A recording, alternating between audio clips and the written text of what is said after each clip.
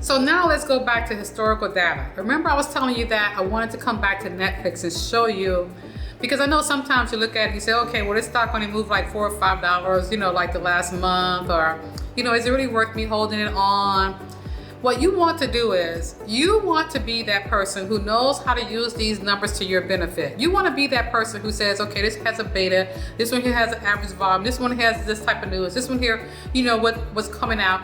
You want to find those diamonds in the rough, because you've had people like us who bought Google when it first came out. You had people like us that bought Apple when it first came out. You had people like us that bought Amazon when it first came out, right? And you had people like us that bought Netflix when it first came out. And let me show what would have happened if you would have bought Netflix when it first came out. So as of October 8th, Netflix, the highest it went so far had been $7.25. That was on October 8th, right? $725 a share. Mind you, this stock has split so many times. This stock has gone to like $300, $400 and split to like $1, $2 again. And then it got high again, it split again, it split again. So every time they split, for example, if you had just, 2 shares and it split, now you have 4, they split again, now you have 8, split again. So the money I'm gonna show you now is not even close to the money that you could have made, right? But it'll still give you an example. For example, okay, $7.25 today. Let's go. We go to historical prices. Okay, so Netflix came out in 2002, I would assume by the report. And November 1st, 2002, the lowest it had been was like 55 cents a share when it first came out. Now, what did we say the price was right now? The highest one was $7.25, as of October 8th. But at one time, you could have got in at 55 cents a share. So what if you bought $100 worth of Netflix back in 2002 at 55 cents a share? First of all, tell me how many shares would you receive? And to figure it out, if you have $100 and it's 55 cents a share, you want to take that $100 and divide it by the 55 cents, and that will tell you how many shares you can afford to get.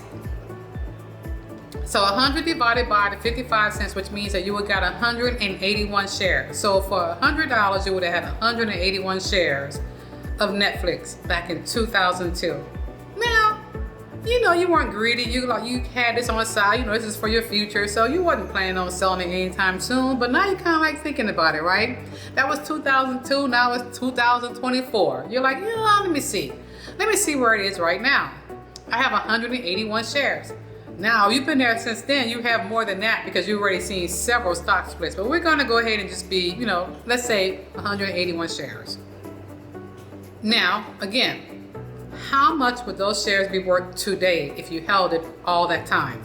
181 shares that you bought for 55 cents a share, which is now worth $7.21 a share, would be worth $130,000, $501, right? Not bad for a $100 investment, right? And that's why I tell you how patience and research pays off.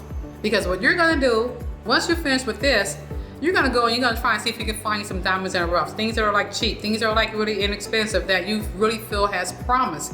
And that's what you wanna put in your portfolio, and then that's what you wanna do research on. That may be what you want to hold on to in your little nest egg and save it for later.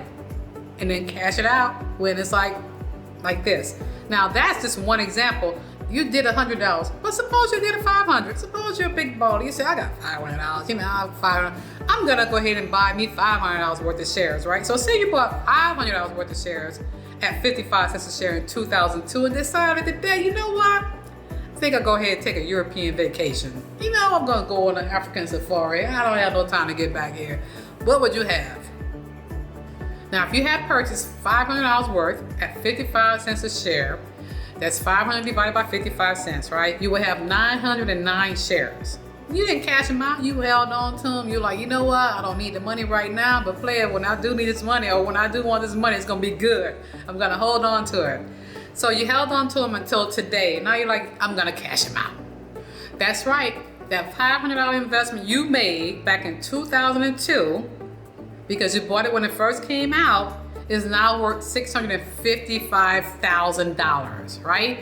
And that's not even counting the times it split, so I don't even want to think about that because that'll just make me so excited. You know what I mean? But that's the type of money you're looking at if you find the right ones, and if you're not greedy, and if you're not like, oh my God, I'm getting scared, selling it, whatever. Find something, some things, find several that you think have good promise, buy them and sit on it. Just sit on it, right? The same thing like with Facebook. I think Facebook is almost $500 a share when they first started, when they first came out, because I was going to buy it and I was like, oh, I don't know. I didn't. But Facebook, when they first came out, they did the IPO, which is initial public offering, the IPO, at like $26 and some change a share. And now it's like almost $500. And that was in recent times. So, you're talking about like a few years ago. It wasn't like back in 2002, right? So look at things like that. And right now with AI and all that stuff, you have a lot of companies that shows good promise. Do your research, buy some good stuff, sit on it, and just wait. And especially if you have kids, buy some stuff, sit on it, don't even worry about looking at it, and wait. If you're younger, buy some stuff, sit on it. Now, you'll know when to get rid of it. Like sometimes you'll see something, they're like, oh my God, I bought this at $10, and then it went down to $8, then it went down to $2, then it went, you know what? Yeah. Do your research. If not, if you don't think it's a company, it has to have promise. So if you think it has promise, don't get scared. The market's always going to fluctuate. We're going to have things that happen. We had the Great Depression, we had the recession or whatever. The market always bounces back.